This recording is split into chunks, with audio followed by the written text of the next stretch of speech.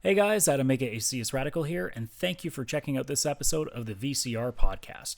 For more content, you can visit our Instagram at vcr.podcast. If you are looking for a video version of this podcast, you can visit my YouTube channel at csradical. And if you are coming from the YouTube channel looking for an audio version of the podcast, you can check us out at anchor.fm/VCR Podcast for all available platforms. Thanks for checking us out, guys, and let's get on with the show. You have entered the realm of the VCR Podcast with your host, Vish. They're just bastardizing our childhood and the classics. Chris. Nintendogs drove me. It's what makes me want to hurt people. Radical. People in general still bitch about everything. It still doesn't change. Let the podcast begin.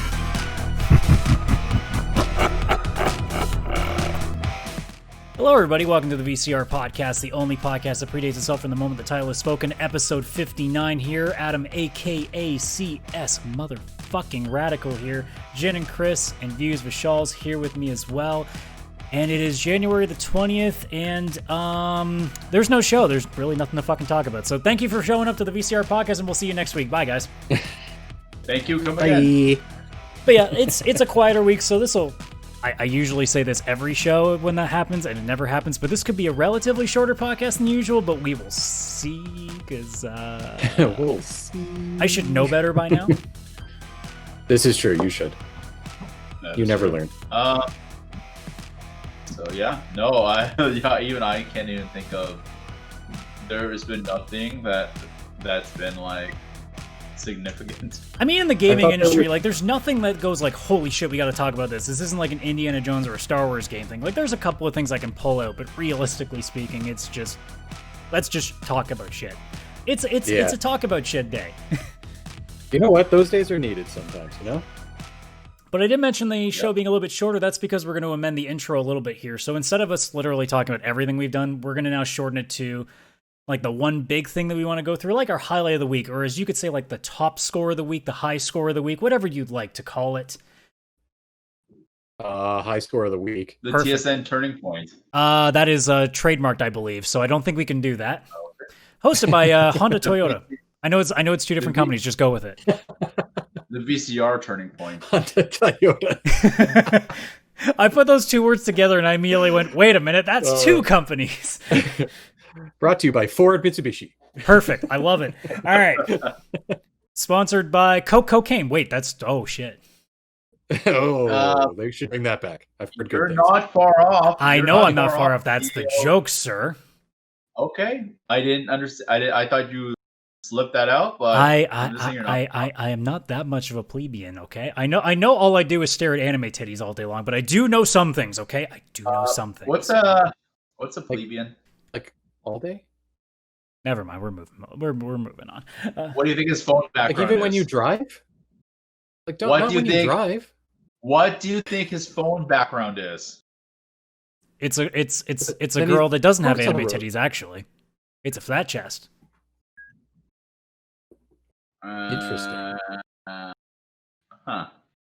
That really put a damper in his step, didn't it? Anyways, Very much so. high score of the week, we will call it now. So, I will Hey. go away from the norm and start with myself. Oh, we're starting at the back of the VCR. Yeah, we started at the bottom and now we're here. Not the ass. I mean, usually, I'm Get it? sure a lot of people are ass guys, so I mean, what's the problem? I don't see the issue. Anyways, That's funny.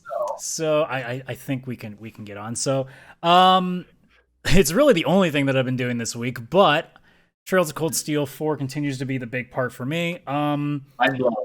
Now, I've been talking really good about it for a while because I do love this game and I still love the series. Today is not that day for me. I have not even some qualms. I have some fucking qualms with this game right now. So, I told you guys before that this game has a lovely habit of making it so that you constantly fight bosses that you don't in story actually ever beat. You look like you do good and then you lose to them. So What? normally in a boss battle in a game, you fight the boss and you beat the boss and the boss goes away. That's how it goes. In the Trail series, what they like to do is you fight the boss, you whittle down enough HP, and then it goes cutscene, lol, you lose actually, and then something else has to happen to kind of get you out of that mess. So in this cutscene, like, does it progress the story and you? Well, there's a point to you losing. It's okay. Yeah. There's always a point to you losing. So this is where my qualm is. This is now the 4th game in the Trails of Cold Steel series. I don't know what they do in the Trails in the Sky series. I don't know what they do with the Trails to Azure series, which is the middle arc. I don't know if it's the same thing. I want to assume it's probably similar. So in Trails 1, you are a student in a military school. It's almost like you're a high school kid. You can fight. You clearly have experience. There are maybe 1 or 2 people in your party by the end of the game that you could say probably at least have enough experience that they could hold their own. But generally speaking, you and your friends don't know fucking shit. So it makes sense that when you fight anybody that isn't a fucking grunt, you lose. You barely survive. Makes sense. Cool. No problems. Trails of Cold Steel 2. You fight again, but now you have more experience under your belt. You start hanging in there, and you actually have to get some shit done. Okay, cool. I like it. Trails of Cold Steel 3, you'd think, okay, now I'm going to start kicking ass. Wrong. You are now training new kids at the same school. Now you got to watch them fuck up and get their ass handed to them over and over again. So here we stand at 4. The final fucking chapter. Everything is supposed to come to a head. You now have characters from all of the Trails games, not just Cold Steel coming in. People that have established themselves, people that have accomplished shit, have basically like saved the world from like damnation and destruction. And I now finished Act 2 by needing another fucking group to save my ass again. And I start going, game, I love you, but when are you gonna let me feel like I'm actually good enough to do shit? I swear to God. So, I said in the chat to you guys, I'm finally winning stuff. I'm finally doing shit. And then the game was like, what's that? You're enjoying yourself? Bam! Let's throw everything now at you all at once. I hate to make this situation worse, but you know what this is reminding me of? A Nickelback song. So, Trails is a fucking fun game.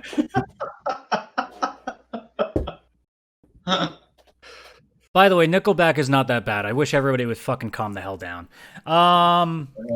Good God. The thing with Trails 4 is I don't hate it. Like, the story that it tells makes sense for what's going on. It's just as a game, as somebody who's played so much, I'm just sitting there being like, guys, just make it seem like I'm capable. It's the last act now in this game, and it sounds like I can't even fight one person without having help. Jesus Christ. I'm supposed to be the hero of this story, and I feel like I'm like the NPC that just took an arrow to the knee every fucking 5 minutes. Stop! But otherwise, I love this game still. Yeah.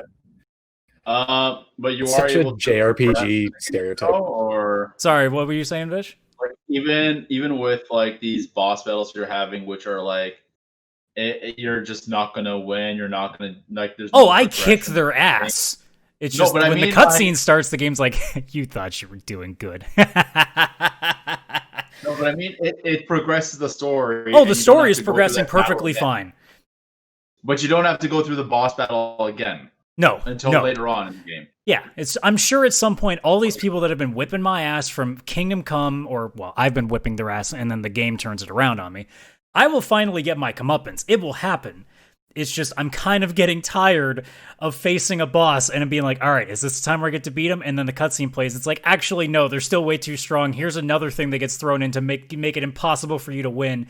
And you're like, well, fuck, what do I do now? And then X person comes out of nowhere that you haven't seen in like 20 hours in this game and be like, surprise, motherfucker, and saves your ass. And you're like, I mean, hi, it's nice to see you again, but I want to do that.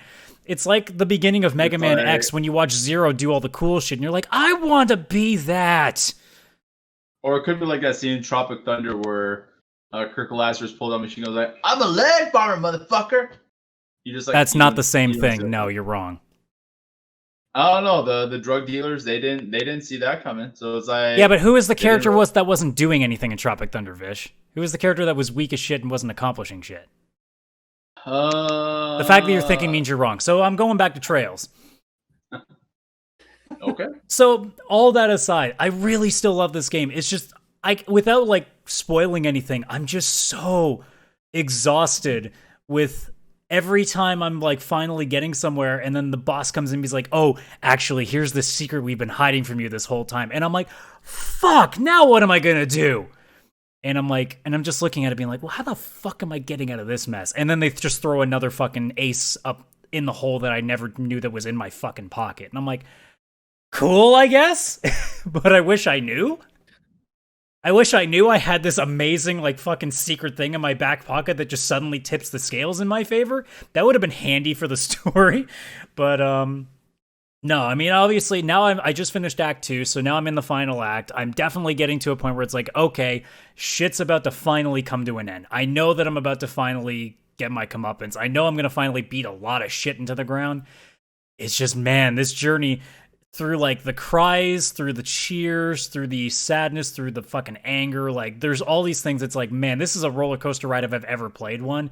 And now I just can't wait to fucking finally get to the point where I just get to wreck shit for realsies. Because I can wreck shit in the fighting aspect of the game. I just want to wreck shit in the story too. I will tell you right now then, if this is giving you an emotional roller coaster, do not play The Last of Us 2. I don't think I have to worry about that, considering I think the original Last of Us, and I know this is going to get me hate, I think The Last of Us actually is a kind of boring pile of shit of a game. Gameplay wise, you're probably correct. Gameplay, it sucks. Gameplay, it fucking sucks. It's basic. I'm not saying it sucks, but it's basic. No, it sucks. I'll say it sucks. Okay. But that's it. Them fighting words. Trails is a fun game. I just hate some of the shit it does. I'll talk about the good things when I get close to the end, because there's no point in talking about good stuff when I just fucking cried last week. So I can't really top that. So I'm gonna take this week to just bitch about it. How many hours are you into it so far, by the way? Let me see. I still have the game up. The timing. It says 81 hours. I know it's not that much. It's probably 75, if not even less, because I let this thing idle a lot.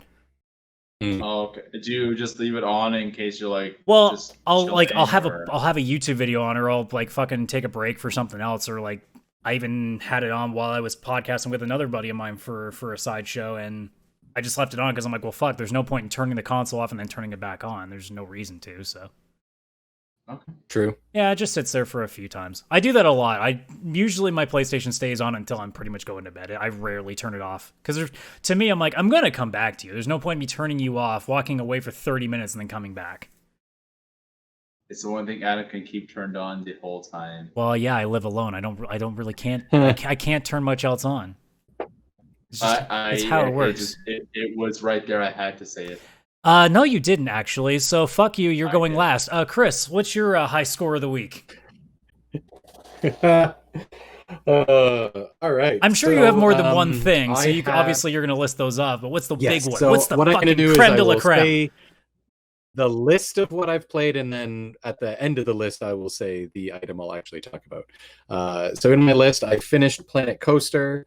I've been playing still A Plague Tale Innocence, which, why has that got an extra name on there? Are they that confident they're making a sequel? More on that probably in a couple of years. And other than that, though, the game I'm actually going to be talking about that I've been playing and is my high score of the week, or to talk about, is the new Assassin's Creed Valhalla. I've actually put more, like I had about 2 hours into it before. Now I'm around 15, 18 hours, somewhere in there. So I've actually put in a decent amount of time. And I have some good things to say about this game. I have a couple little bad things. Game-wise, Assassin's Creed game-wise, this game is great in the sense it's going back to actually being an Assassin's Creed game. Adam, as you'll know, and a lot of our listeners who have anybody who's played Odyssey will know, Assassin's Creed Odyssey didn't have an assassin in it. The assassins weren't even made yet. Like it's 400 years before the assassins or the hidden ones were created. So it's kind of like, okay, Odyssey only had one assassin who wasn't actually an assassin. He just was the inventor of the hidden blade, doing assassin things before the Assassin's Bureau was made, or the Creed. And that was only in the DLC that came after the story ends in Odyssey. So it was like very much not an Assassin's Creed game. Great game, but not Assassin's Creed. How far are you this into one, it? This one, I'm about 15 to 18. It was somewhere in there, hours. So a good decent chunk. When I first started this game, I was a little worried. As you can see in the video playing in our stream here, and especially for those on audio only, the scene you'd be seeing is winter. Like, it's Norway and it's just mountains and it's just snow, and I was very bored of my surroundings very quickly because there was no like awe moment. In Odyssey, you're immediately starting the game under this giant statue of a god that you can climb and literally hang off the dick even if you want. Like, you can do whatever you want right away. This game, you're on a mountain in some snow. I'm like, oh, okay, cool. Felt a little boring, the scene and the surroundings. But what kept me going during those first couple hours is you actually meet a couple assassins, and I'm not going to give away really any spoilers or anything. This is all from trailers and whatever. But basically, you meet and the assassins like within the first couple hours, and they're in the story that early on. So it does have you actually connect and deal with the Assassin's Creed lore, which for me, that was always the most exciting part of Assassin's Creed, because the lore is ever expanding. Even the story that's taking place in the current time in the game, because Assassin's Creed is about somebody being in the Animus and reliving memories of someone else. So obviously someone's reliving these memories. It's Layla. She's back from the last game and the game before that. And again, it's relevant. Again, I won't give away any spoilers, but what's going on with her in the current time reminds me a lot of Assassin's Creed 3, where Desmond has something going on in the real world. For anybody who, spoiler alert for what I'm about to say, but the game is like 9 years old basically at this point in Assassin's Creed 3. The world is supposed to end in 2012. Spoiler alert doesn't exist at this point. Yeah. As even for 2012. Yeah. So in that one, Assassin's Creed 3, the world is supposed to end in 2012, and they're going into these memories because there's something very important that they need so that they can fix what's happening now. This game isn't the exact same. It's not like a copy paste, but there's actual things happening in the current time that matter in these memories, which is really, really, really cool. So the assassins are in it again. The memories actually matter with the whole Abstergo thing and everything. Like, they're actually bringing it back to a more traditional story, Assassin's Creed wise, which I love. And the game, even though Norway was really boring, very quickly, as it's shown throughout the game, and it's talked about it a million times, you eventually go to England. The game becomes England. Oh, funny. Becomes amazing. Like, it finally opens up. It feels like a nice, cool world. Because what year does this game take place, by the way? It takes place after Origins, but before Assassin's Creed 1. I can't remember if it was somewhere between like 500 and 1000 AD. Oh, okay. Somewhere there. I can't remember the exact year. It's probably like 800 something. So it'd be like very medieval England. It would be very medieval-esque. Yes, yeah. So it's the Vikings. It says 873 AD. Oh, there we go. 873. Yeah. Yeah, so it's cool because England looks a lot nicer, like the map they designed. It does have a snow area, but if you go down, there's area where there's just fields of lavender and it's all purple, and you go another spot. Like, they really made England look fantastic. And also, when you're going, you'll find cool things. Now, I don't think anything's going to live up to Odyssey ever, because freaking 400 BC Greece has just like these monuments and amazing things. For this game, it's more you're going and you'll find an abandoned Roman statue or a Roman cathedral looking thing or something. Like, there's a lot of that. Yeah, the architecture in Odyssey is definitely pretty unique, so it's going to be a lot more colorful and vibrant.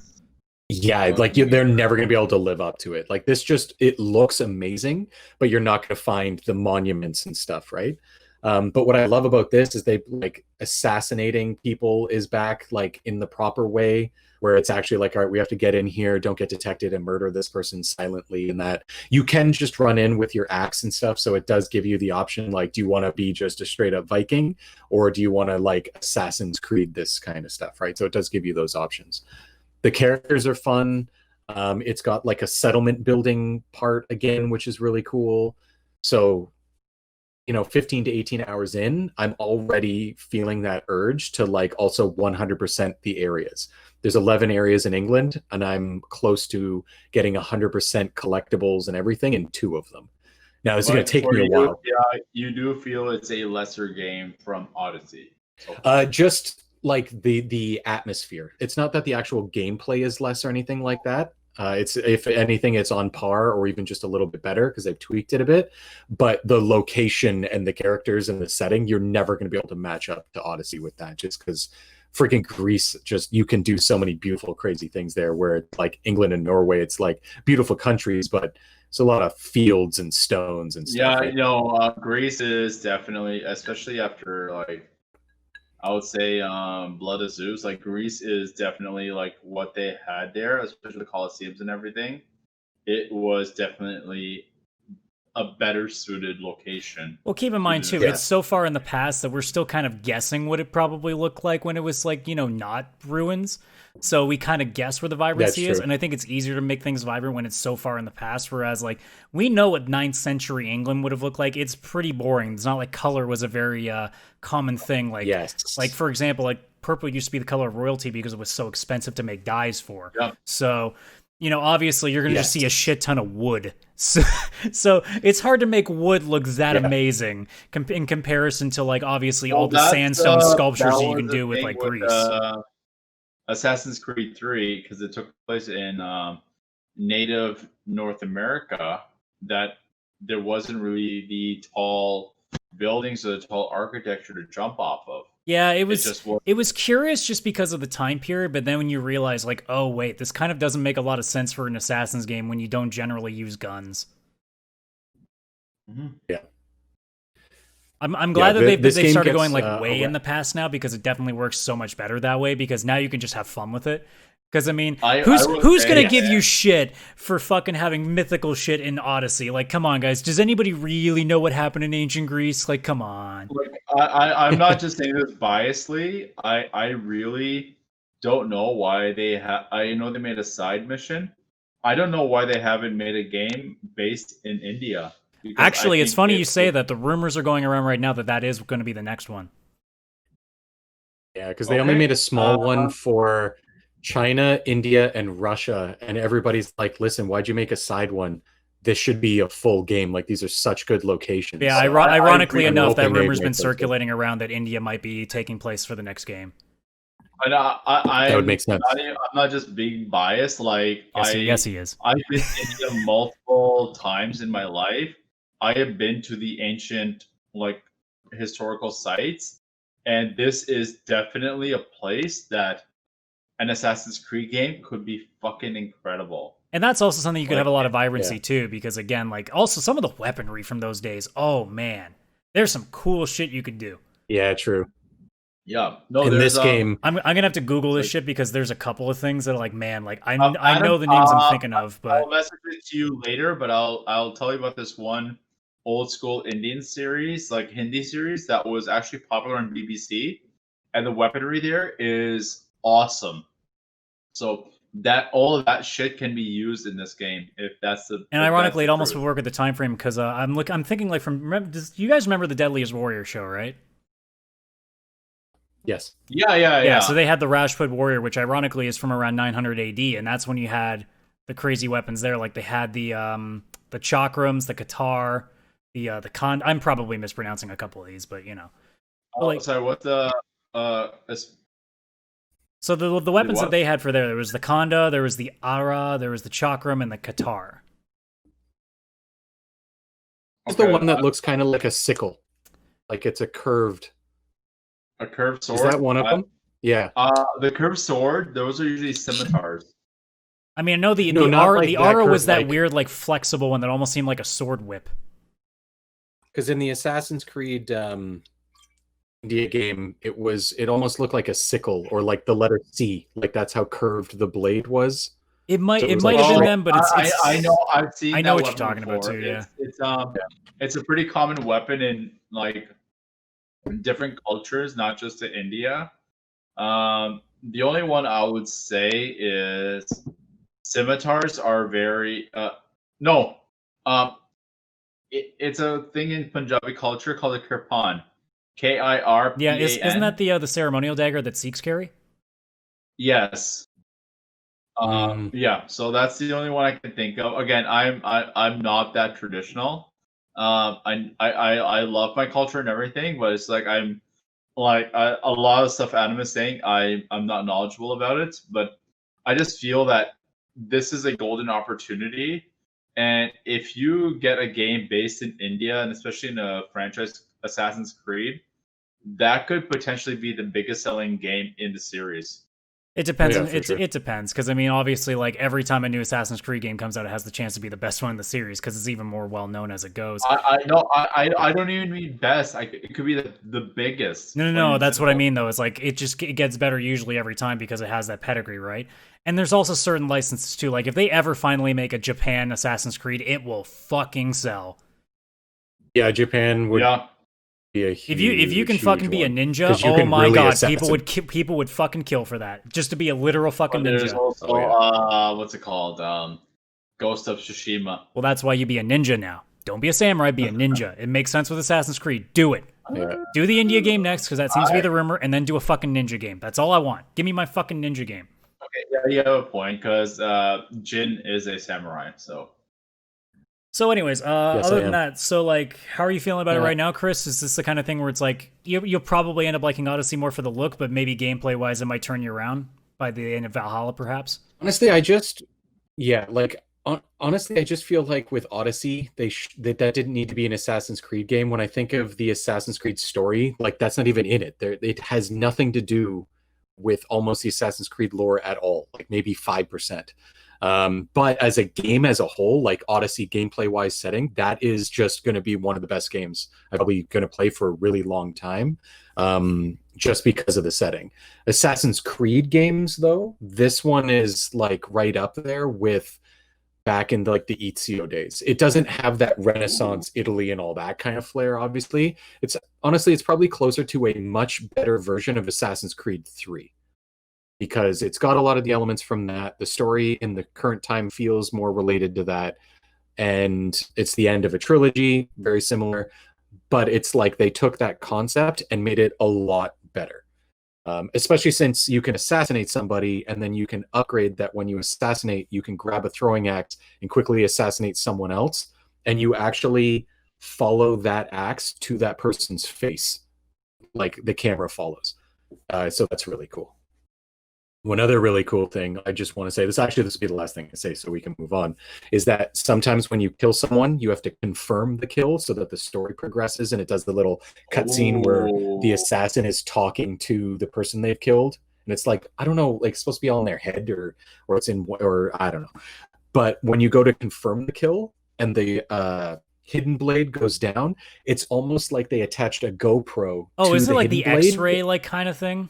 Yeah, like you see the hidden blade go in and pierce the heart from like a first-person perspective of the blade. Yeah, it's kind of like when you play those Sniper Elite games and you see like the actual like the fucking like all the guts just coming out.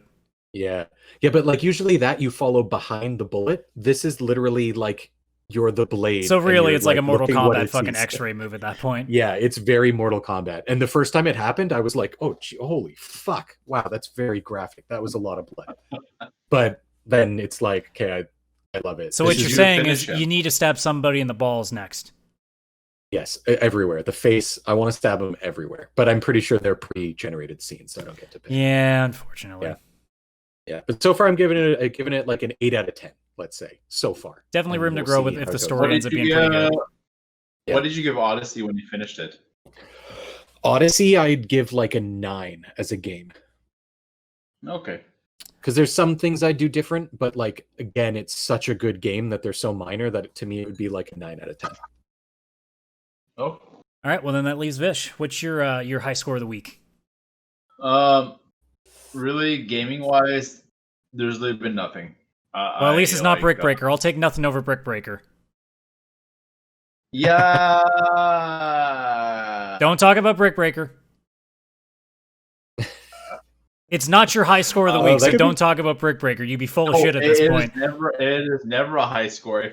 If Brick Breaker is my high score, I want you both to come to my house. No, we can't. Pandemic, remember? No. I give you permission to come to my No. house. We're not doing it. Pandemic. We're not doing it. No. Okay, you know what? No. Okay. We don't. Send someone from Amazon? You aren't giving us the permission. The government tells us we can't do it. We don't have their permission. That's not how this works. In the middle of the road, if Brick Breaker is my highlight of the week, I want you to run me the fuck over several times. Okay, I don't need an excuse for that. That's different. No, but if Brick Breaker is my highlight of the week ever, run me the fuck over. All right, cool. God. I'll keep that in mind. Keep this recording on file in case. So you on the need April Fool's confession podcast, letter. it will be official. I will kill Vishal with my car. But yeah, if Brick Breaker's ever my highlight, kill me, please, because I literally have nothing left to live for if that's my fucking highlight. All right, as per usual, we spent way too long on Brick Breaker on the show. So what's your actual high score of the week? So just because I've seen a lot of memes about it and I heard how great it is from literally everybody, I decided to start watching Avatar: The Last Airbender on Netflix because I just wanted to see what all the hoopla is about. And I assume you mean the animated series and not the movie. Oh boy, not the movie. Adam, I will tell you one thing. I have never left a theater so pissed off in my life. Oh, you actually saw the movie? Chris and I saw Oh, you poor bastards. Oh, you poor bastards. I'm so glad I didn't watch that with you guys. I was so fucking angry when I left the theater. Yeah. I was just like, why? Why did I fucking spend money on that? Like, I was actually angry because at that time, that was when 3D was being shoved down your throat. Every big release was being made in 3D, and the 3D was so bad. The only thing that was actually 3D was Appa, and I think I love Appa. I think he's adorable. I think he's like a giant puppy. I just think I love Appa, but that was the only thing that was 3D. And when I left the theater, I was actually pissed to the point I don't even remember the movie. It was that bad and everything. Like, I was just furious. Well, anyways, this isn't game over of the week, so high score of the week. Back to the animated series. It's actually like really good. So far, I'm about 9 to 10 episodes into it. I don't know. Maybe I need to watch more. I don't get the hype of it. I've seen a lot of people talk about like it's definitely the long game with that series. So I get that, and so I'm gonna finish it eventually. It's my workouts show right now. Like if I'm on the exercise bike or on the treadmill or like any cardio, I'll just have that playing in the background. He's doing stretches, but he's also like doing like the forming the water sphere. He's trying to like see if he can do magic too while he's doing his workout. Yeah, pretty much. It's like he's got his fucking weights on. He's doing curls and then like tries to make the fucking sphere, just being like, "Let's go." Right. Okay, but in anyways, I'm just I'm watching it. I've heard great things about it, and so far, like I know a little bit about it beforehand. Like I know Prince Zuko ends up like don't spoil. It is 8 years. Don't spoil. So it is no. I'm asking you not to spoil. That's different. I'm asking you not to. Spoilers don't exist at when I'm asking you not to spoil, sir. Oh my god! I think Adam wants to watch it. I don't. Haven't you finished it? No, I never actually watched it. I'm in the same boat where I've heard a lot of things. Oh, okay. Sorry, I didn't realize that. Oddly, me too. We should all watch it. Yeah, but it's I was just like, I've heard a lot of good things about this show, and I'll give it a try because apparently everyone loves it. And I was so angry when I saw the movie and I paid money to watch that movie. Like, it made me hate M. Night Shyamalan for life. That was it for me with him. That's That, okay. was just I like, wasn't a fan of the guy pretty much from the very beginning for the most part. So no, I loved. I loved The Sixth Sense. I loved Signs. I loved Unbreakable. But then it's like, yo, what the fuck are you making, bro? And then Avatar came out. Like, I'm done with you. I am done.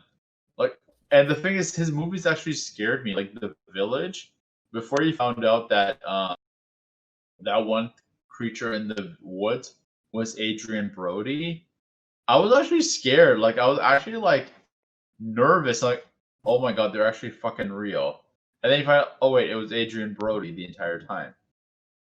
And so his movies actually like make me nervous and scared at a certain point.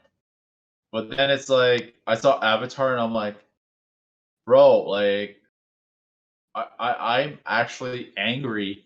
I gave you money for this. Like I want my money back for it. It was the most like that movie is. But again, so far I find the anime is a little juvenile. well, but it was a children's animated show, so yeah, but I hear like eventually like it's like you watch it and you're like, yo, that was awesome.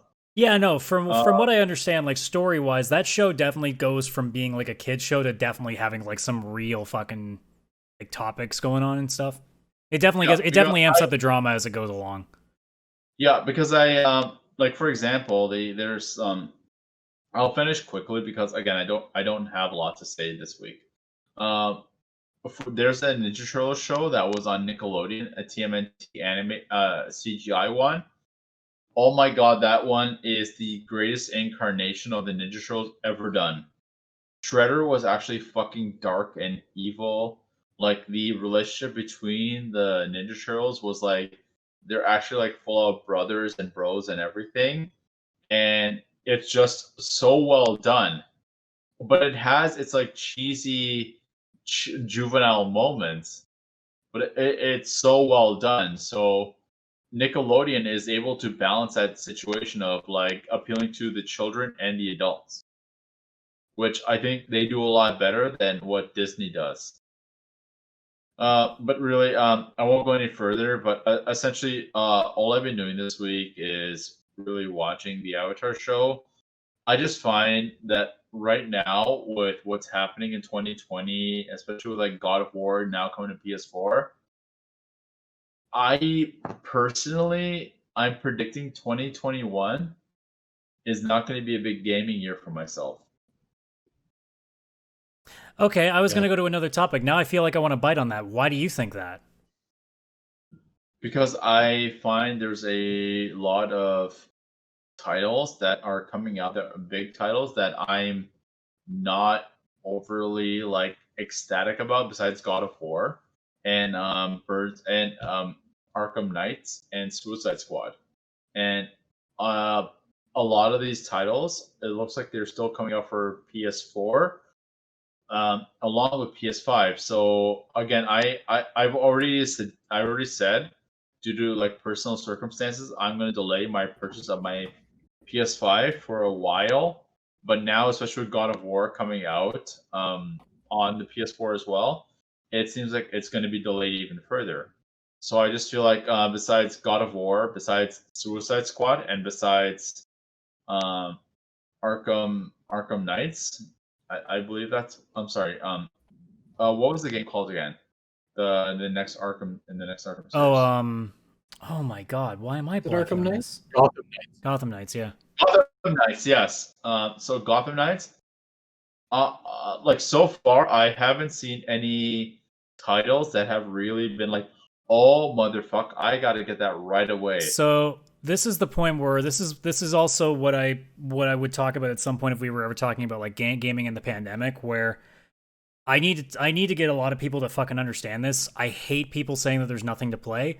Go on, if you like you on a PlayStation, Vish, go on the demos page and just try shit and find stuff that you wouldn't give a shot. So the only game, Adam, I will say that I will probably. I know what you're saying. There's not a lot that you're personally looking forward to. That's why I say go on demos and find stuff, because what's in your field of vision right now, you're not going to see much else. So that's when you go and look at stuff that you normally wouldn't take a chance at, right? No, you have a valid point. That's the beauty of Xbox Game Pass. Like, you can try all this stuff for the same price you're paying monthly. That's the beauty of all these things. I keep saying that to people. It's like, man, I don't buy for a second that people have run out of games to play. They just ran out of the games they knew they had to play. That's what I found, is that people have they ran through their log of games and okay, that's off my list, that's off my list, that's off my list.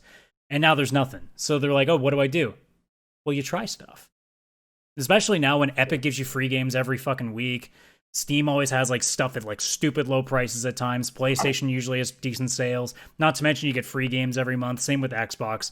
Game Pass exists. There's all these ways around it. So all I would say is if you feel underwhelmed that there's not much, that's the perfect time to go and try to get out of your comfort zone and take a shot at something. I get what you're saying. Hell, I gave you South Park Stick of Truth. I can give you Yakuza Zero. There's definitely stuff I can even help you try. Oh, I know. I get that. The thing is with I just for example with Yakuza, Adam, you and Chris, you both have put 60 to 70 hours into it. Sure, but that's because we play completionists. I know how you normally play. You could probably do that in 40, even less. Oh yeah, it's less than 40. So, I think. At least the first few. Yeah.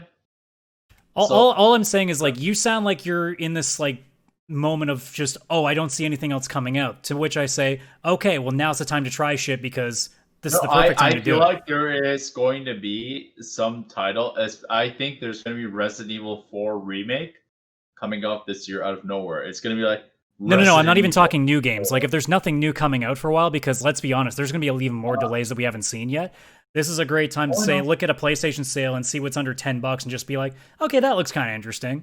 Well, I the only game that I will probably dedicate time to, which I started but never finished, is Horizon. But that's what I mean, is you're talking this is the only game I have. That's why I say go play the demos or go play some of the free shit that you've been getting and try stuff. Even if it doesn't look interesting, give it a shot just for the sake of trying it. Especially with the demos, because there's a couple of games that I never would have taken a look at had it not been for the demos. Coffee Talk was a big one that I'm going to get around to, which Chris was so nice enough to buy for me for Christmas, which I got to get around to.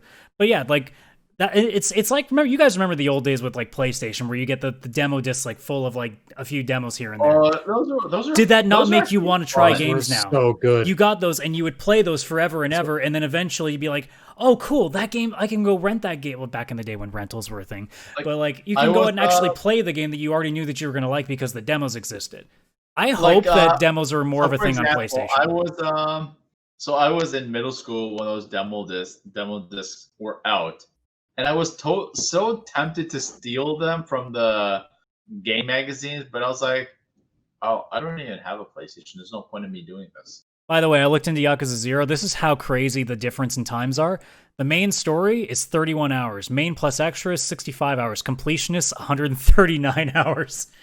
So if you want to put time in this game, you can put time in this game, and if you want to breeze through it, it's 30 hours. You put about 100 hours. Yeah, probably around that. I may have played a lot of I may have played the Cabaret Club way too fucking much. And when Chris finally gets to that part, if he ever gets back into Yakuza Zero, he'll know what I mean. Oh, I'm getting back into it. But yeah, it's just one big game at a time. Assassin's Creed's right now. All I'm saying, Vish, is I know it probably looks weird because there's nothing coming soon. That's what I mean. Just fucking try shit. Just throw a Hail Mary at something and just see what you got. Because this, for example, Trails of Cold Steel never would have started if I hadn't just gave something a shot. Persona was the same for me. Yakuza was the same for me. All these series, I just looked and fuck, I don't know what this is. Fuck it, I'll try it. Holy shit, this is good. Yakuza, I would probably have gotten into because, playing in general, I like mob stuff. The Godfather is one. Also, you would laugh your fucking ass off. And I just think the Yakuza, while they're criminals and everything, are actually a positive influence on society. But either way, other than that, let's actually go to the. Also, go ahead. Finish what you got. Another thing, which left me confused as fuck, and I'm sure Chris on the same boat. WandaVision. What about it? Oh, is that all you're saying? Are you just being a dick because I haven't watched it yet? No, I'm just saying that WandaVision was also another highlight because it means Marvel is back in our lives. Ah, okay. And I literally was just so confused from it. I'm just like, what the fuck is going on?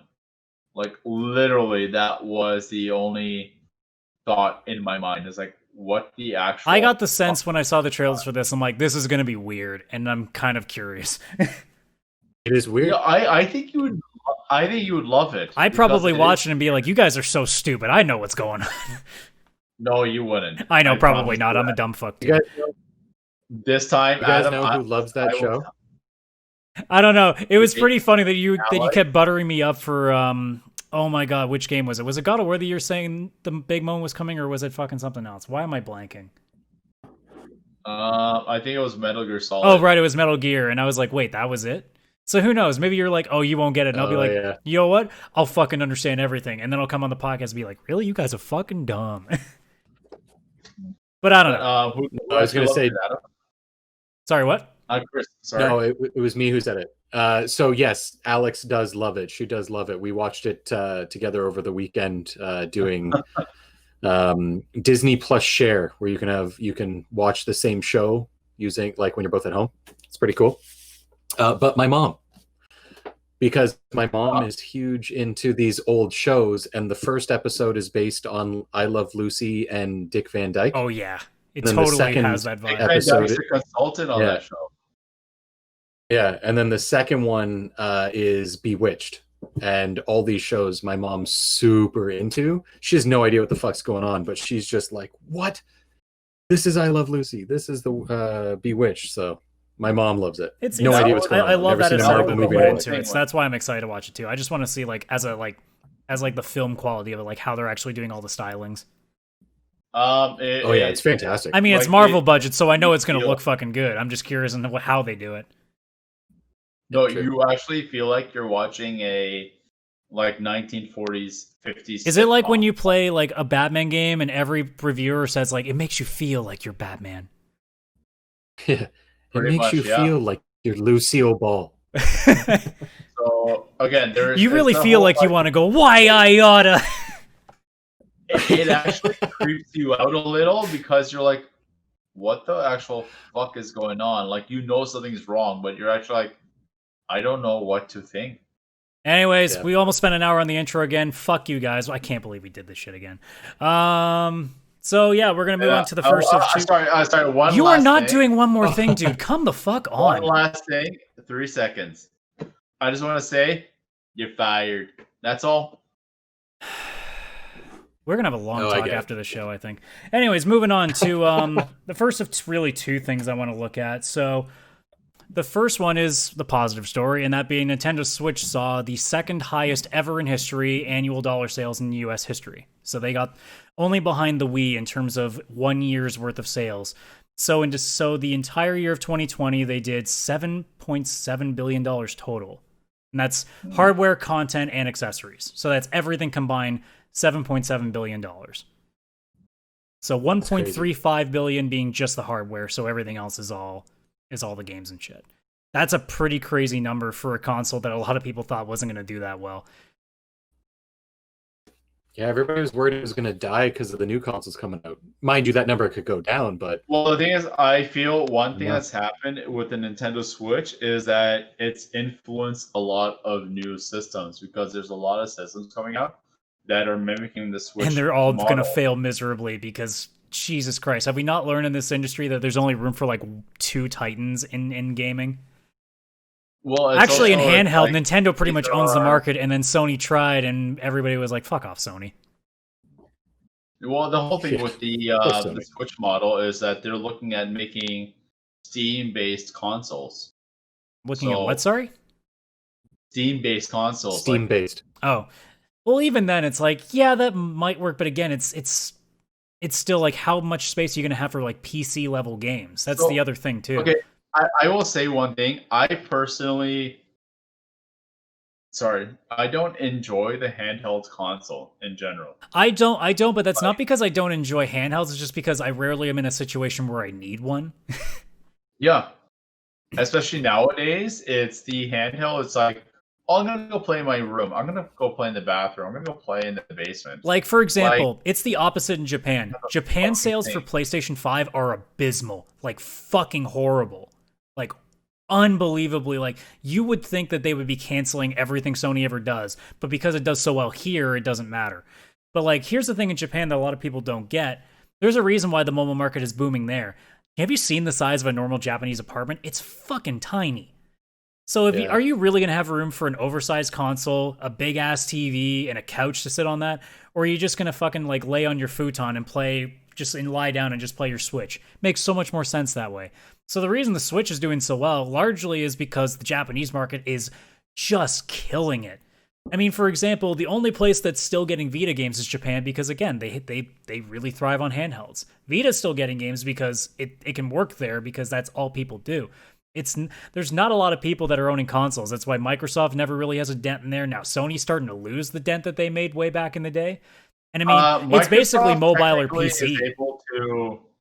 Microsoft kind of has a mobile console because with having the Xbox Live on your but I mean, like Android the brand phone. doesn't really jive in Japan still. Yeah, I get Here that. it might be a different story, but yeah, out there it just doesn't matter. They never got a foothold really. It's the song by The Rock. It doesn't matter. It's funny because you guys were both saying that, like, Vishal, you have a Switch, and Adam, if you had one, you guys wouldn't play mobile. I have my Switch, and I have the version that has a dock, and 95% of the time I'm playing it mobile. Even though I'm you're usually playing it like when you're in bed, right? So yeah, like I'll play it when I wake up and I'm working, and I take my first like coffee break from work. Like I'll sip on my coffee and play some Story of Seasons. I don't know, like it's just something about it's the console I have when I feel like laying on the couch and not having to look anywhere except right in front of me. Well, we said from there's something comfortable about it. I've said so many times on the show now that I think everybody has their niche market now. Nintendo found their niche. They got the handheld corner and they're done. Like they figured out their market. And they're just going ham on it, and it's working. Obviously, it did. It's the second highest annual year of revenue a console's ever fucking had. So it looks like they found their niche, and the niche will pay a lot of money for it. So it's working. And it's the same thing, too. Like we found with Microsoft, like they just want to be like everybody, like they want to be in your house. That's all. They don't care about what you do with it. They just want it in your house. And then Sony's the powerhouse. That's what we figured out pretty quick. Yeah. Nintendo found their foothold, and the Switch has paid dividends for it. $7.7 billion in 1 year. That's a lot of money. God damn, that's a lot of money. This is just the U.S., so Canada wouldn't. No. It's U.S. history. That's right. I forgot. It's not even worldwide. That's $7.7 billion just in one country. So the biggest thing is because of Animal Crossing, a lot of people bought Animal Crossing to help them cope with the pandemic, like because it was just a fun, like normal escape from what was going on. Oh, I totally misread the article too. It was just $7.7 billion on everything in December. Whoa. So annually, hardware alone, they did 5.6 or this tweet is confusing. Never mind. I'm not going to say stats anymore because this thing is just not making a lot of sense. You don't know numbers. Either way, the code is Nintendo made a lot of money. Yeah. That's the real story. Before the pandemic, Nintendo came out. I was going to say Nintendo came out with Animal Crossings for the pandemic. Sony answered with The Last of Us Part 2. I also love how now they're coming out. I love how they're coming. Why was that the fucking answer? Animal Crossing, everyone plays for fun and just like happiness. Like fucking, I almost like drank a bottle of tequila after playing The Last of Us. How fucking depressing it was. Yeah, Vish needs to play Animal Crossing. Do it, dude. It's fun. Animal Crossing. Yeah, I know. You apparently only like depressing yourself really further. That's what we've kind of discovered. You just like playing Last of Us and Brick Breaker, so. Listen, Brick Breaker is actually what depresses me. Last of Us 2 it broke was you. Actually it broke me. Don't get me wrong, but it was actually like a meaningful, like engaging story that depressed you. Oh, I know. So again, I will reiterate. You just apparently like things that depress you. Okay, we found your market. All right. I guess so. I love too how like just as a side note, I love how they just came. They're like revealing a Mario Special Edition Switch, and it's just like, hey, the Switch is red and the controller is red and blue. Ha! I want it so badly though. Isn't it sad though that So that's all they have to special. do is do a slight color change, and everybody's like, oh. Although The to be Animal fair, how many Crossing one that's people like- will go nuts when the PlayStation officially has a black version? Oh my god! already If it's out just there, changed the dude. plate, No. I mean like No, not like plates. third party stuff. I mean straight up like just it's on store shelves. There's a PS2 version. There's a PS2, PS5. It's a There's limited run. PS5, That's what I mean. PS2 It's a version. limited run. I mean on store It shelves still consistently. exists. I mean consistently. PS2. People can barely get a PS2 one PS5 also now. got Are you trying to canceled. tell me a limited run's even easier? Fuck that. The PS2 run also got canceled due to death threats to the company. Yeah, of course. Brutal. Speaking of people probably getting death threats, we'll move on to the other story. That being a bit of a weird one. So you guys probably haven't seen the story because this kind of flew under the radar for some people, but there was a tournament for Mortal Kombat 11. And you know how when you have like your variations of playstyles, you can actually name them. So people will sometimes like name them funny things or whatever else. So there was a guy that was playing. This was on the 16th of January, and it was on stream. His name is Titanium Tiger. I think it's Tigers, but it's with 2 Zs. That is awesome. And what he did is, has this custom variation for Shiva. He named it "Why Did NRS Do This?", which is in reference to NetherRealm Studios. So apparently, the backstory to this is that Shiva has this one move called the Drag and Drop Stomp, and it's pretty broken to the point that like videos are coming out where people are saying how to counter it because it's like a pretty big deal right now in competitive play because of course it would be. So he put that in his name as a joke, and during his match, all of a sudden the stream just cuts away from the match, even though it's clearly still going on, and then it gets quiet, and then they just say, well, we have a situation, and they couldn't really say anything publicly about it, so it seems that somebody at NetherRealm must have got on the phone and be like, take this guy the fuck out. So he was disqualified from the tournament just for saying, "Why did NRS do this?" in his tagline.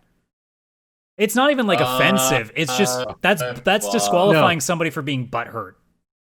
You know what the thing is Yeah. though, if It's unprofessional, As a- yes, but is it disqualify get worthy? that. I could see. Like, here's the thing too. He never got a warning. here's There was the no problem. warning. That's the thing. That's a NRS warning offense. NRS is the reason that this tournament exists. NRS Not is the true. reason They made behind the this game, but company. it's not the reason the tournament exists.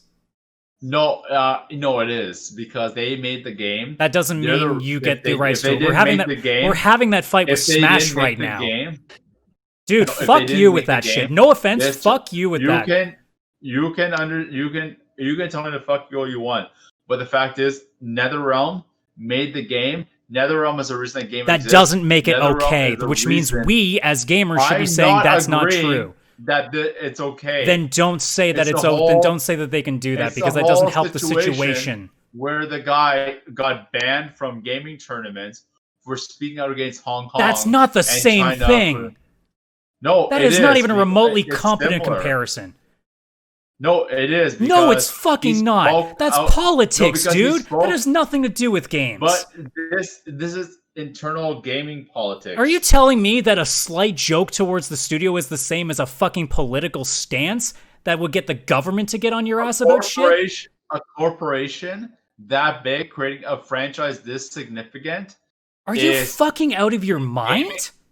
No, I'm not, because Adam, I'm sorry, but what I am stating is that a gaming corporation that created a franchise to create an organization like the MSRB. They don't control speech. No, they don't. But the fact is, Mortal Kombat is the reason why games have ratings. Mortal Kombat. That has again. is- You're pivoting to a whole completely different point. I am saying, Adam. Where's that my Mortal popcorn? Kombat essentially is one of the reasons that gaming ratings exist. Vish, and you're going why off on a gaming tangent that has is nothing to do politics. with the conversation. Stop dodging No, it, please. Adam, you just don't want to understand. No, Vish, I'm willing to understand that You it's just- unprofessional, but you're then going why on about a are- rating system that has nothing to do with the conversation. Stick to the No, point. But what I'm saying is that this guy is trying to trash NetherRealm for and while He's not in a trying to tournament, trash NetherRealm. It's that's- a joke. Like, normally we make fun Yeah. of the, it's just a joke, bro. This was clearly a Okay, joke. but It this was is a the tongue-in-cheek whole joke. situation Where I get that, but a corporation, they don't, most of the times, especially the legal department, they don't have a sense of humor. They'll be like, oh, I this is a understand joke. that. It's He's just actually my joking problem us. is why are you spending so much time defending it right now? You can say you're not defending it, but you're giving reasons, which is listen, defensing. The reason is I don't think it's right. I am just stating why they did it. And at the end, when I say the reasons why it's still bullshit, you're like, but they can do that. It's like, that doesn't help the case. Like, we should all be I going, get that's that. bullshit. I don't think they should do it. And here's the thing. I don't even agree with, oh, well, they can do that. They should not be able to do that. That is a bullshit reason. If you're telling me why did NRS do this is to the point of disqualifying the guy, I could understand pulling him aside after the match, even if he won, and being like, dude, like, just can you please change the name? Like, that's pretty unprofessional. And the guy's like, fine, it's a moot point. It never go. There's no press that comes out of this after that. So they brought light to a situation that didn't need to be happen. And the whole thing about them being able to stop things like that, this is the problem that we're having with Nintendo right now, where they're taking Smash tournaments off the fucking map because they don't want these things posted anywhere. Because apparently they have issues with their own fucking stuff being put on because they think they own the copyright to footage of a game, which is stupid. It's just the problem with, again, corporations should not have this level of control. I understand. I don't agree with you, but I... What, that they shouldn't have that level of control? Are you fucking kidding me? All I'm saying is the reason it's happening is because they have these legal departments. They have these high-end... Legal department for what? Lawyers. Copyright and entertainment. What copyright? That you cannot share your property without the full legal That has consent. nothing to do with why this guy got disqualified. Again, you're not making points that have anything to do with what we're talking about. The fact is, he did almost, in a way, insult NetherRealm, and that was the reason why it happened. So again, they're butthurt. Pretty much. He didn't do anything that harsh. Like this, it's not like he didn't go fuck NRS. He just go, why did they do this? It's funny. The problem is that to them, to the legal and corporate department, he pretty much said, fuck NRS. Well, then what you do is you don't create a moment like changing the stream over. You let the match go, and then you tell the guy, don't do that again. You created a story that never needed to happen. This is what happens when you put legal departments in charge of shit. You make a fuss out of nothing and creates a story that makes a fucking fuss that now all of a sudden, now Mortal Kombat, which by the way, NetherRealm is already in a lot of bad places with people because people think they're censoring sexual content because of the way the outfits are. So that crowd is now given even more ammunition. You're not making the community any better by doing this. So whatever NetherRealm thinks they're doing is bullshit and it's not actually solving anything. If anything, they just made their situation worse. Okay. But all I'm saying is like the fact is that with a company like NetherRealm, with one guy doing it, they're going to make an example of that one guy. They're not going to be leaning on it. They're going to be like, yo, fuck you, you're out. So to prevent anyone else from doing it. I will say this to end this, though.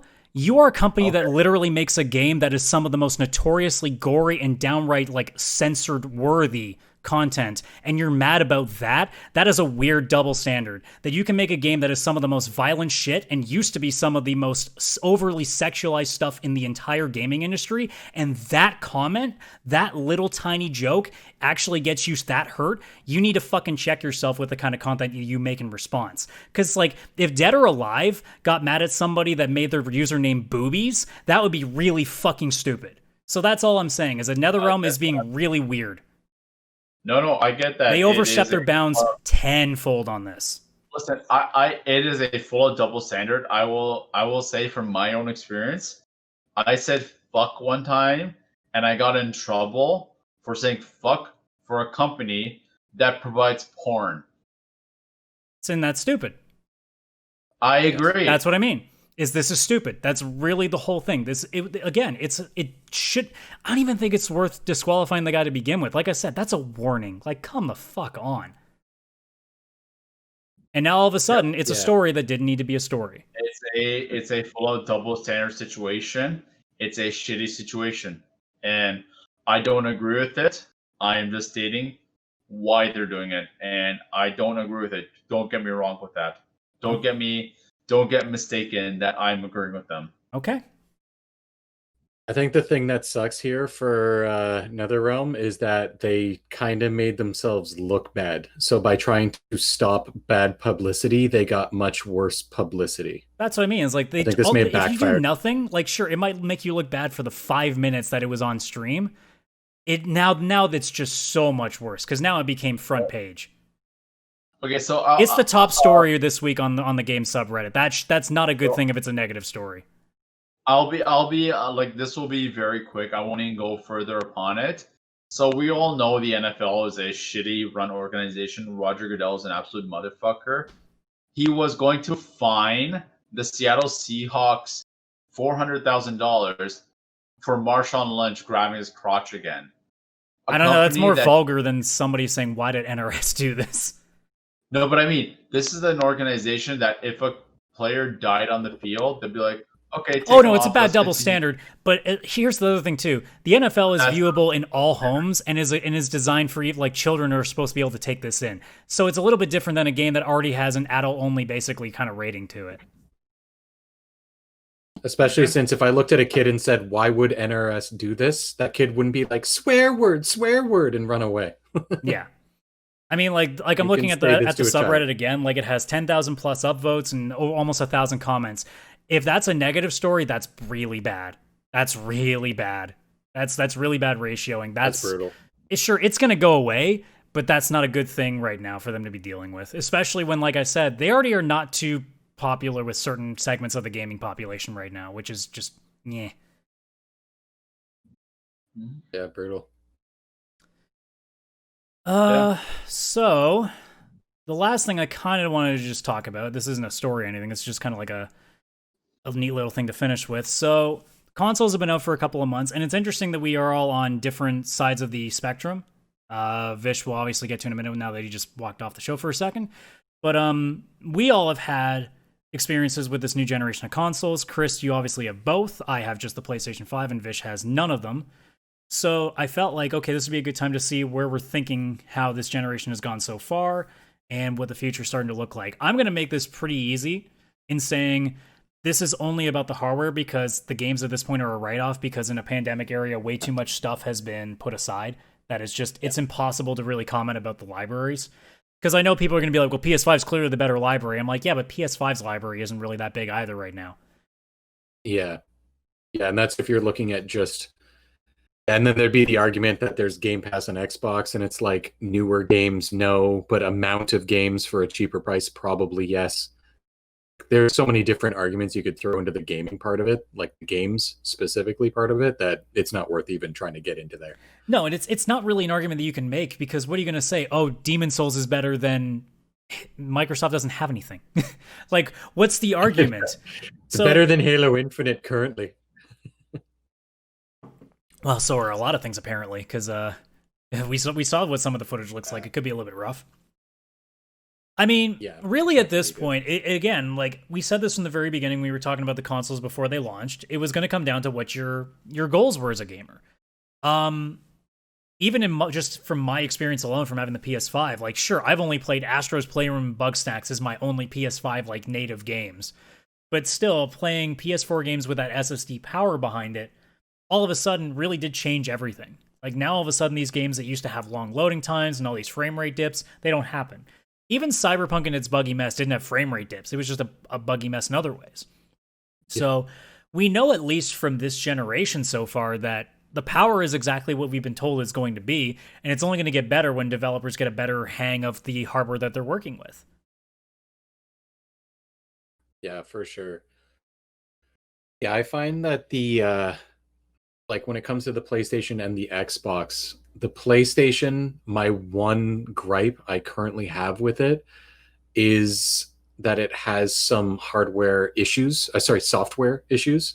Every time I put the console into rest mode, there's a 1 in 3 chance that I'm going to go to turn it on next. It will start to turn itself on, and then it will shut itself fully down, fully start itself back up, have to reload some error something, and then it'll be back into the main menu. I still haven't put my console in rest mode just because I know what can happen. Yeah, like there's this issue with rest mode that's brutal. Like I don't understand what's going on there. Mind you, I don't use rest mode to begin with, so... Well, the rest mode, like when you come out of rest mode, the PS5 is on in like 3 to 4 seconds, and then when you load your game, you're in it in a second. Like wherever you were in that suspended state, within 5 seconds you're in. Now rest mode I could understand on PS4. Now it's like, okay, you're still saving time, but it used to be like minutes. Now it's like, like you're saving 15, 20, 30 seconds tops. Yeah. That's another reason why I don't really care much for rest mode on the PS5 now. It's because it's almost a moot point. I actually plan on taking it out of rest mode. 1, because it's not really working very well, but 2, I read an article about the amount of energy that Xboxes and PS5s in rest mode are going to use up if they were just put into normal turn off mode and then turn on versus using rest mode. And I was like, holy fuck, that is a lot of energy for the environment. I was like, okay, cool. Taking rest mode off. So apparently, if you 15 seconds. You heard it first here, guys. If you use rest mode on the new consoles, you hate the planet. Yep, hate it. That's good logic to me. I've also found the disappointed. Exactly. I've also Which Captain found Planet? Are we talking like the actual Captain Planet, or just the joke that everybody goes with? They go, Captain Planet.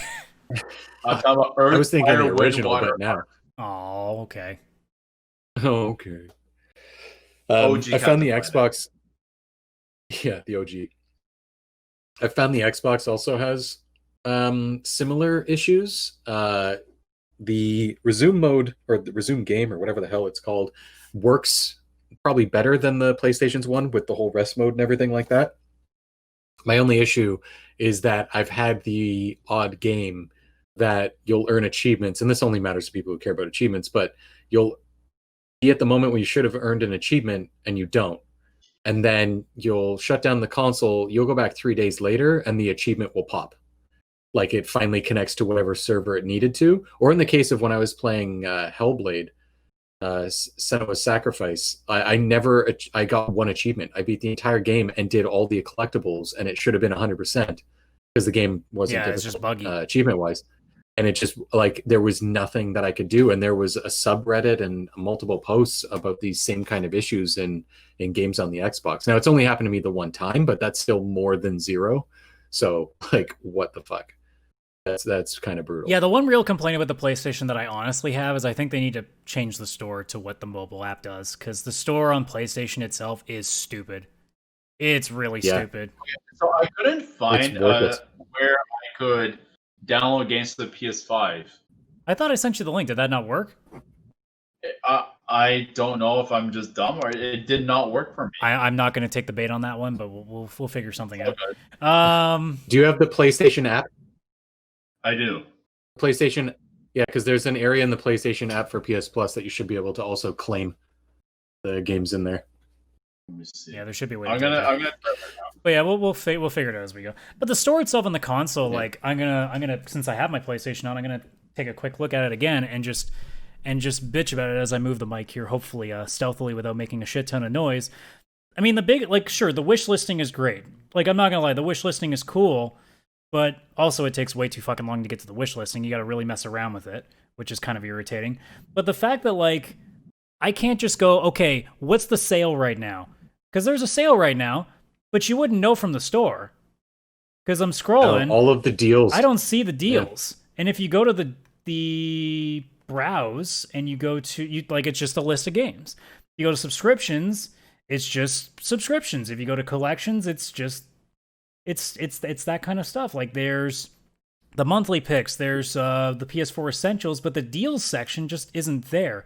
So honestly, the best way that I'm getting easier access to the games that I'm looking for the pricing on is by wishlisting them. And that's really stupid that if the only way I'm going to get to the games that I want without searching for them manually is wishlisting, that's not a really good setup.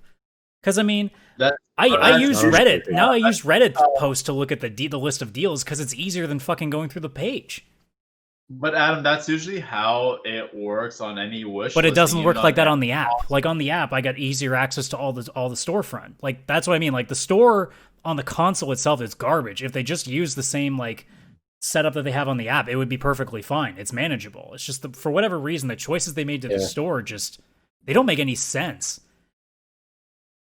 Yeah, Vishal, so you understand kind of what we're mentioning here. The app or just the PlayStation website, when you go to the store, it has latest collections, deals, PS5 subscriptions.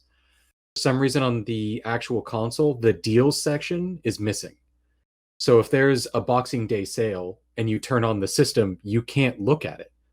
There's no way to do it. You can look what's on PlayStation Plus, you can look what's recently been released, but you can't search through that sale at all. The whole sale section has been So it's removed. like, how would you know there's a sale? Yeah, it makes no sense because I tried to go look during Boxing Day and I was like, where's the Boxing Day sale? I know there's one. And I actually had to go on my phone and go on the app and I'm like, oh, deals. And then you could search through the whole sale. It's a really it was really weird. Like I don't know what they were thinking. Yeah. It's really bizarre. It's almost like they're trying to hide away the good shit. Yeah. Yeah, I also find getting to your screenshots and stuff, because I'm a big screenshot and clip maker. Yeah. And going back to find them is a huge pain in the ass on the PS5. Speaking of screenshots, Like you can press a button. I hate that they censor stuff now. You can't post swear words to Twitter. What? Did it go to Twitter? Yeah, if I post something to Twitter and I say fuck, it says please use better language. I'm like, fuck you. Oh, for fuck's sake! Twitter was the one that you wouldn't allow. That No. would Well, be Twitter like, does. Twitter has no problem with you swearing. It's just for some reason PlayStation made it so that you can't do it. It's fucking bizarre. It's like I still love the console, but there are a bunch of weird little decisions, and I'm like, why? What was the point? Yeah, that's kind of weird. So yeah, but even when I take screenshots to go look, I don't know where they are. It's like you have to go into your profile and dig. Oh, I actually have the media gallery like on the front page, so it's easy for me. Oh, you can add it to the front page? Like I think just because I used maybe I it gotta one do that. time that it was on the front page, and then I'm constantly looking at it more often than I'm not, so I have easy access to that personally. I'm sure if you find it once and you open up the media gallery, it'll be on your front page from then on, and then you can probably just keep an eye on it and just make sure it stays there. The only other weird thing, and they haven't fixed this yet, and I don't understand why, if you delete a game, it doesn't actually delete off your console in terms of the image. So like I'll delete a game, and then right at the it'll shift this like empty hole on the main page, and it'll still say the game's there. But if you re-download the game and then cancel it as soon during its download, then it goes away. So here's the problem that I have. I got my Cyberpunk refund, so I went to delete the game off my drive. I can't re-download the game because it's not on the store, so I can't. So now I literally have Cyberpunk without even its logo. It's now sitting on my screen, and I can't get rid of it. This must be driving you fucking crazy. As an OCD motherfucker, you bet your ass it's driving me nuts. That would drive me fucking bananas. Holy shit. Oh, my OCD would be ringing. So, I mean, Vish, you're on the outside looking in, so obviously you have no plan on buying the consoles anytime soon because of your own, reasoning, but, is there anything about the consoles that are at least getting you interested, or is it more just, a wait-and-see thing? Because I feel like with the library right now, it's kind of hard to really have a lot to attach to. Okay, so, I don't know, I think I've just come, in my 30th year of my life that just started last week, literally. I think I've just come to a bit of a realization that for me, gaming is definitely a casual hobby. Get off the show. Don't get me wrong, okay. Don't get me wrong, I love games, I love gaming, but I'm the type of person, there's times, with The Last of Us 2, I'm on it for almost a week, nonstop, but then there's times that, my consoles aren't turned on for months at a time unless I'm gaming with you guys on our game nights just for fun or anything. So I just find I'm very selective on my gaming, and I'm very I would say exclusive. So the only thing that I'm really looking forward to right now that I think is going to be like I said, the three I'm looking forward to is Gotham Knights, Suicide Squad, and God of War. And they might all be for PS4, so it really might not even be a factor for you. So I really don't see myself getting a PS5 in 2021 even. Yeah, it seems like if you are like Vish, season. A filthy casual, as we like to call them, and it's not a bad term. It's actually an endearing term. It's a joke term. It's not actually an offensive one. As a filthy casual, it definitely seems like the new consoles right now, they're not really doing anything to pull people in. If you have a new console right now, assuming you're lucky enough to get one before they sell out every 28 seconds that they go online, you are there in the long haul. You're definitely like either a younger player or somebody who is putting a lot of time into it, like me and Chris usually do. I personally, I'm kind of relieved I didn't buy one during the holiday season, and it wasn't because of the money. It's like Nope, I think we lost him. Yeah, we definitely lost him. Later there he is. Can you repeat what you said? You completely froze for like 5 seconds there. Okay, I'm sorry about that. So I saved some cash for the later months of 2020.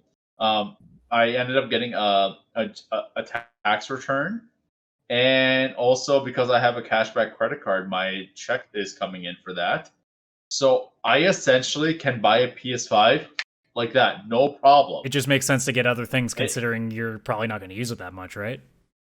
Yeah. So right now, it's like when the PS5, when I saw that PS5 is whenever it's available, I'm just like, I really have no reason to get it. I mean, there's going to come a day where like the pandemic finally ends, you can go visit people, especially when Chris has his new place, and you are going to go over there, and Chris is going to sit you down and make you play Astros. That's the for sure thing.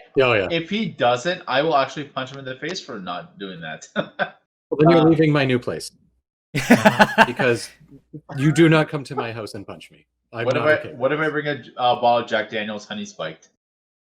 Well, you may punch me twice. Well, no, Chris.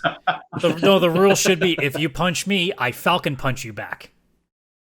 But it's essentially it's just like, this is why because I learned my lesson from when I purchased my PS4 that every game for the first year was coming out still for PS3. I had no reason to get a PS4. It really depends on what you're there for. Like now, as having a PS5, I'm glad I got it just because it really is a convenience thing. That's really the key. Listen, I get that. Like the whole situation of the load screens are a thing of the past. But also, I also play like every day for like 4 hours. So for me, I'm getting my money's worth out of it. Whereas for you, for example, you probably not be getting your money back for like a year at your rate of play. I wouldn't. So for example, like for myself, I didn't want to bring up any personal stuff. So then don't. So I'm focusing a lot on fitness and self-care. And gaming is, I find it's a natural escape from reality because, frankly, reality sucks right now. Why do you think I play video games all the time? It's almost like I always want to escape reality. Man, if the holodeck ever exists, you're never seeing my fucking face again. No, I get that. All the waifus will be mine. I'll be like that one gif that you always see of Brock with the harem where he's just sitting there laughing. Just, ha ha ha ha ha. That will be me. Oh, I get that. But it's the whole situation is like gaming is definitely an escape from our current reality. But I find right now, because everything's still being released on the PS4, at least for the near future, I think it's going to stop in January 2022. No, it won't be that early. It won't be that early. There will be like maybe for like the really, really major like AAA first party games, sure. But like you'll be seeing Assassin's Creed probably for the next like 4 or 5 years. You're going to see like at least it's really dependent on what it is. Like let's say what's an example I'm trying to think of? Let's say in 2022 there's an Uncharted game. Let's just say hypothetically. That probably would be PS5 only. But if it's Assassin's Creed in 2022 or MLB The Show in 2022 or let's say Burnout comes back. Burnout will definitely be on PS4 in 2023. Oh my god, bring Burnout back. That's fucking awesome. I knew that would get his attention. But yeah, like it really will depend. Yeah. First party stuff will always go exclusive within a couple of years. It's on all consoles, like the big Ubisoft or EA stuff. That one will go everywhere because EA wants to make as much money as they can. They're not going to stick to one console. No. Like the next God of War game what- after Ragnarok, if it exists, will definitely be a PS5 only. Actually, Adam, you had a really good point about Ubisoft because the last Just Dance game, 2020, came out on the Wii. Yep, that's exactly. It was at Costco. Yeah, Ubisoft's not afraid. Yeah, Ubisoft's not afraid to I mean, hold on if to there's those any older console consoles. that you still make games for, it's the console that had like 100 million copies of the hardware sold. Yeah. So the whole situation is like with why I'm delaying my purchase of the PS5 and everything. It just doesn't make sense for your situation. No, it doesn't. It doesn't make And sense. So I'll say example, like when I was playing Miles Morales Spider-Man, awesome, loved it. Definitely short, definitely not worth full price. But also the whole situation of like load times or a thing of the past. When it was loading the game, whenever I died, which frankly it's just gonna happen. It's inevitable, like Thanos. It wasn't that long of a wait. Well, yeah, but So, again, like, the as whole we're thing- still saying, like, just because it wasn't long for you, there's still things that you're not seeing. Like, again, the frame rate issues will never have an issue. The loading times will be even faster. The pop-in will not be nearly as severe. Like, believe me, if you played Miles Morales on PS4 and then immediately jumped to playing it on PS5 in full again, you would notice a difference. It's just I probably would. that difference isn't worth the $600, $700 price tag that it would require for you. Yeah. That's really what it is. Yep. And, It's that's fine really for it. you personally because you're not in the situation that you are desperate for that. Whereas, like, again, I don't even think me and Chris are desperate for it. It just ended up being a nice, like, convenience factor for us.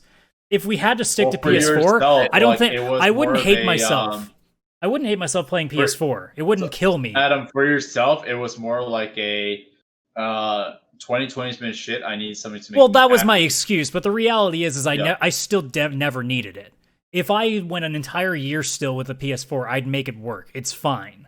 Yep. It's just now that I have it, it's like, yeah, okay, I'm pretty happy that I got it. The only game I would say that it should have been on PS5 is The Last of Us 2, just because of like certain like cutscenes, just because like certain loading times, they were quite rage-inducing. See, here's the beauty of the PS5. You can. I And get there's that. rumors of an upgrade being made, so it will probably happen. So, For Last of Us 2 or Oh, yeah. the PS5. well, it would be Last of Us 2 for For Last PS5 of Us because that's 2. the only thing that they could upgrade. What are they going to do? Upgrade it for PS3? No, that's not what I'm stating. Is like when talking about the upgrade, I'm wondering if they're going to do an upgrade. Because honestly, I'm confused. Then what are time you for the- referring to? Because Okay, so what I'm saying is the loading time when you die in The Last of Us 2 Yeah. is not that bad. It's probably like about 3 minutes or so. It's just annoying to deal with. So what do you think the upgrade would be? It would just load like that. Yes, because that's what it does. Okay. But I'm saying if you had the PS4 disc with The Last of Us 2 in there, would it not load up just as fast without It would load up or faster no? alone just because of the SSD. Like even without the upgrade, it still works better. Like I said, I'm playing Trails 4 right now, and it's notorious for frame rate issues and having fucking loading times, and it's not an issue.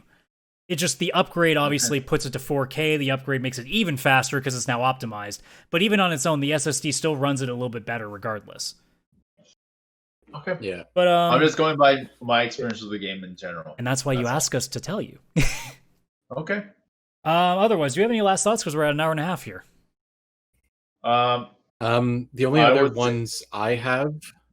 Oh, sorry. Do you want to go first, Fish? no. You go Stop ahead, being dude. Canadian. Just go. God damn you guys. So the thing for me that I've noticed with the older games, they load faster. The frame rate dips are not there and everything. What I have noticed is there's a lot of games that came out last generation or were made also including last generation in mind that have a cap on their frame rate, whether it's like, say, 30 frames per second. So unless the developers go back and come out with an update for that game that even just removes the cap for the frame rate, because it'll be able to go 60 frames or higher, no problem on the new systems. But because they were capped at 30 frames so that it didn't jump around and look choppy on, say, the PS4 or Xbox One, even if you play those games now, like they still run very smoothly at 30 frames per second, but they're still stuck there. Yeah, it's not like you're getting 60, but you're getting 30 without it dipping to 25. Exactly. And there's a lot of games, though, like I wish that they, like Shadow of War, stuff like that, I would have gladly played that on Xbox or PlayStation, because somehow I have it on both with Game Pass and PlayStation Plus. But I can't play it on either, because even though they're like 4K and everything, they're still 30 frames per second. I load it up on my computer using an older, video card and stuff, but I get 120 frames per second. So it's like, okay, well, why am I going to bother playing that on TV? And it's just a matter of the developers going back, putting out an update, and removing that cap. It's like going into the computer settings, changing them, and then hit apply and save. I mean, and again, it comes from different situations. Like you're a PC guy, so you're used to 60 frames. If you're a console guy and you jump up, like it doesn't even matter if it's not 30, if it's still 30 frames to you because you're used to it. But now it's not dropping, and now it runs smoothly. So now you're like, oh, this is what it's supposed to be. And then when you play the upgrade versions, when they get popped to 60, you're like, oh, I can't go back. I've seen it's so like going many from posts, VCR to Blu-ray. so many posts about like, yeah, no, PC guys, you were right. I can't go back to 30 after this. You can't. And I've been doing 60 since like 2013. So I've tried Game Pass, PlayStation Plus, some older games, and So the PS4 itself is 30 frames, where the PS Pro is 60 frames. Am I correct? It's situationally. It depends. Depends on the game. Yeah. I mean, like a lot of Uncharted PS4 games 4, could even run if at you put it in 60 a frames. PS It just Pro, depends it's on the 30. hardware. Like, you could probably run, like, indie games at 60 frames, even faster than that, really, just depending on how much of the load is on the system, but... Yeah, like, even normal PS4 for indie games and stuff, a lot of them ran at 60 frames. A lot of first-person shooters, like Battlefield and stuff, they've always run at 60 frames per second, because 30 just would be too rough, because you have to be so quick with the shooting. Okay. Yeah. All right. But yeah, I find 30 very rough. Like I tried Miles Morales at like 4K ray tracing 30, and I played for like 2 minutes, and I'm like, I can't do it. It's so slow. And you don't notice it until you've experienced higher, and that it's a shame. Yeah. I mean, obviously, like I said, it's going to get better once they get a better handle of it. Vish, you said you had one thing to say too, didn't you? The only thing I'll say, and this is probably an anti-gamer comment. And Honestly, he proceeds to say this on a gamer show. That's fine. I get that. I'm honestly, like you said, I'm a what's the casual thing? It's a filthy casual. That still means you're a gamer, dumb shit. Okay, I'm just saying. Coming in here all anti-gamer. Honestly, if you don't have to. Whoa, you are super robotic. I don't know what's going on here. Robot. Hang on. I think the gamer gods heard you and said, "Shut the fuck up, Vish." Hang on. Let. Oh yeah, now we're definitely having issues. And now Oh he's gone. boy. Oh boy. He's back. Everything's fine. Where's the meme of the dog with the fiery house? Everything's fine. This is fine. Thank you. Okami. Anyways. All I'm gonna say is, again, this is an anti-gamer comment, but guys out there, if you don't fall into the hype, you don't need to own a PS5 right away. Okay, Games how's that are coming anti-gamer? I'm not gonna lie. How's that anti-gamer? No, I'm telling people not to upgrade. I'm not telling them to go with the next gen. Dude, I tell people not to pre-order. That's not anti-gamer. You're good. You're fucking golden. You're fine. All right, Yeah, you're golden. guys, all I'll say is you don't need to get a PS5 right away. No, you don't. You can wait. You can still use your PS4. And honestly, it's just don't fall into the hype. I'm a guy who works in marketing, who works in social media, who works in like the whole thing, where I try to manipulate people into living to the hype. Don't do it. You don't need a PS5 right now. You don't need an Xbox Series X right now. Use your current console. When the time comes to upgrade, then upgrade. Yeah, I'm sure there's going to be a great Black Friday sale down the road that you're going to be like, fuck yeah. Yeah. Oh yeah. Exactly. Like you probably won't even need to do it in 2021. If it's for the convenience of load times, the load times aren't that bad right now, guys. But most importantly, if there's a Spider Cat PS5, you have to buy it. That's just law. Adam, That's a lot. like It's not even hype. first of all, everyone knows that, and second of all, it's Just a reminder. Yeah. Yeah, if I had probably a PS4, I don't know if I would have upgraded, because the PS Plus collection, I saw all those games and I would have bought all of them. Yeah, already. if you were playing on PS4 already, you probably would have played most of the collection. But it works out for you because of your situation. So that's really the gist of it. If you're looking at getting a new console, just make sure it fits with how you are as a gamer. Exactly. 100%. Unless you got money to burn, then fuck you, give me money. Yeah, no, you don't need to upgrade. Stick with your PS4 as long as you can, because when I bought my PS4, games were coming out for the PS3 for a year and a half. It wasn't until Mortal Kombat 11 came out. No, 10 came out. I was gonna say like 11 was like last year. Yeah, no, I get them mixed up. I apologize. That when I was like, oh, you know what? Now I should have gone to PS4. Don't worry about it, guys. Don't fall into the hype. It's not a dick measuring contest. You don't even have to fall Just into don't play fall the into the game. hype. Just make a smart decision. Yeah, enjoy the gaming experience. And honestly, that whole load time situation, it's not that long on the PS4 because I played Miles Depends on the Morales. game. Depends on the game, dude. Miles Maybe, Morales was but- optimized for a reason. That's not the same thing. This is if we're Yeah, talking like but, Witcher 3, for example, that's different. Okay, maybe, but I'll say for example again another one is The Last of Us 2. The load New game. times took a while. I get that. The load times took a while, about like 2 to 4 minutes. But once you're in the game itself, there's not really a load time. So just don't fall into the hype and Oh my god, if you say don't fall into the hype one more time, I'm muting you. Jesus Christ. And it's not a dick measuring contest. So just enjoy the gaming. Enjoy the gaming for the gaming. That's all. Enjoy gaming. That's a good way to end like the that. show. I like it. Enjoy I know gaming. That's exactly what I was thinking. it's better than fuck Brick Breaker. To gaming. Yeah, I'm not raising a glass because I'm busy working the buttons here. And Wakanda forever. All right, and mute and disable video and fuck all that shit. So this has been the VCR Podcast. Thank you so much for checking us out, and we will see you next week when we definitely don't talk about Brick Breaker. I guarantee it this time. Goodbye. Bye.